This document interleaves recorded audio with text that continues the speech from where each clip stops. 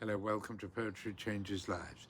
Poetry in history and a thought for the day, all in this one book as usual.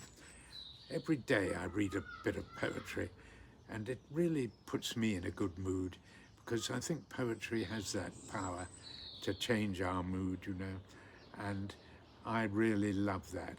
It's one of the great delights of my day, really, putting a bit of poetry into my head each day.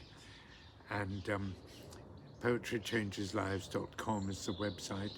You can read all about poetry, and you can sign up to receive an email completely free, of course, if you just put your email address into the box on the website. On this day, in 1818, Karl Marx, the political economist and philosopher, was born in Germany. He's a bit of a paradox, Karl Marx, I always think. He was reportedly a very jovial, kind, nice, pleasant, family-loving man, and very well liked by people who knew him. Yet he's outwardly responsible for an awful lot of unhappiness in the 20th century.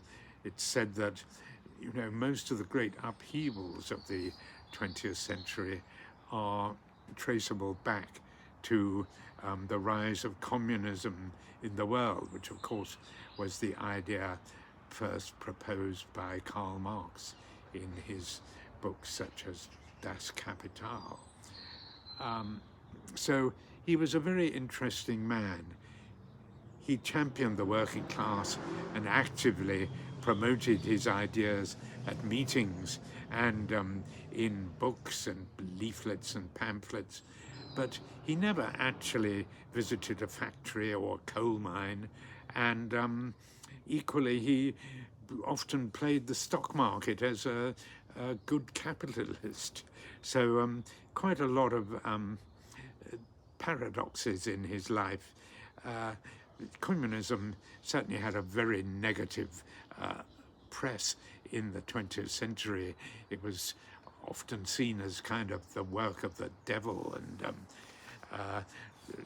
the rise of certainly Russia and China as huge communist countries, and the Russian Revolution of 1917, for example, cast fear throughout large parts of the world. And it's strange that the man behind all those ideas was apparently someone who was very jovial, kind, loving, and wrote some very beautiful poetry to his wife and family, to whom he was clearly devoted. Still, there we are. Marx died in London in 1883, a stateless person, relatively unknown. Only 11 people attended his funeral, apparently.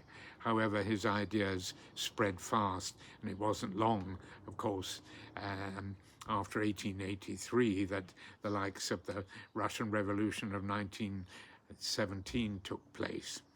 I'm going to read one of Marx's poems, the start of his poem called Feelings, which is slightly anarchic, but I do recommend his poetry, some beautiful sonnets to his wife Jenny, of course. Here we are, Feelings. Never can I do in peace that with which my soul's obsessed. Never take things at my ease. I must press on without rest.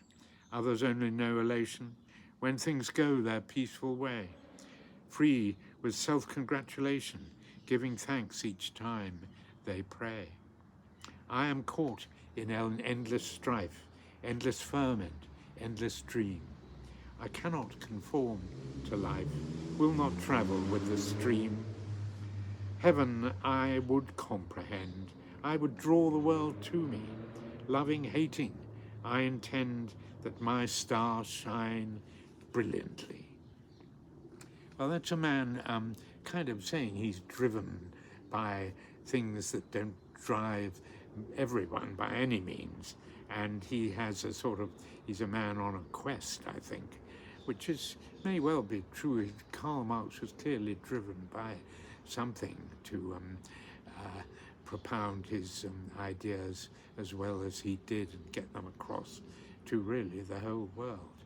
Very remarkable man. Today I ask for humility to accept the fact that I need help and the resolve to ask for that help. I wish you all a good day. Thanks for listening.